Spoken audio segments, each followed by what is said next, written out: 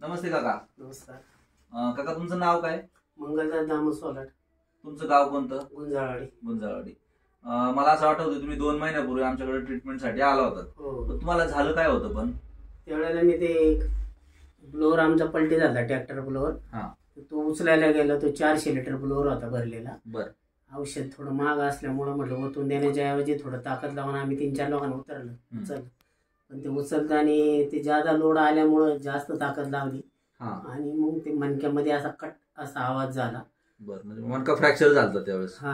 आणि 2 दिवसांनी मग दुसऱ्या संध्याकाळी तुमच्याकडे आलो असं डॉक्टर. असं मग आता त्यावेळेस तुमची कंडिशन काय होती? पण मग तुम्हाला त्रास त्यावेळेला मला म्हणजे आणताना तर मला उठता येत नव्हतं, चालता येत नव्हतं, कपडे सुद्धा घालता येत नव्हती. MRI केला मला वाटतं त्यावेळेस. एक्सरे काढला.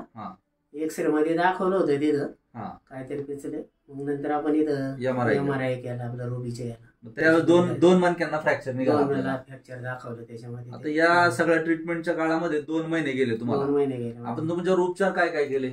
उपचार म्हणजे सुया टाचायचं काय, ॲक्युपंक्चर केलं, कपिंग केलं आणि मालिश केली, मालिश वगैरे केलं.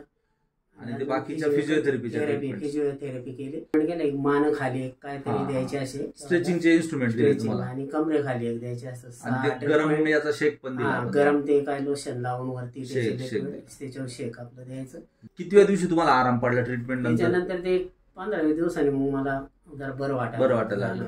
त्रास आता पहिल्यासारखा होत आता म्हणजे मला त्रास नाहीच होत, पण ते एक ठराविक पॉइंट वरती बस रग लागल्यासारखी जाणवते आपल्याला. ते फ्रॅक्चरच्या ठिकाणी ना त्या ठिकाणी. बाकी मग असं दुखत नाही, मग हिंडतो फिरतो चालतो काय नाही. म्हणजे तुम्ही ऑपरेशन न करता बरे झाले? ऑपरेशन न करता बरं झालं. तुमचा अनुभव कसा आहे ट्रीटमेंटच्या बाबतीत? म्हणजे चांगला आहे. मला त्याच्या ट्रीटमेंट दिल्या तुम्ही, ॲक्युपंक्चर, फिजिओथेरपी, त्याच्यापासूनच मला खरं जास्त आराम तिथे.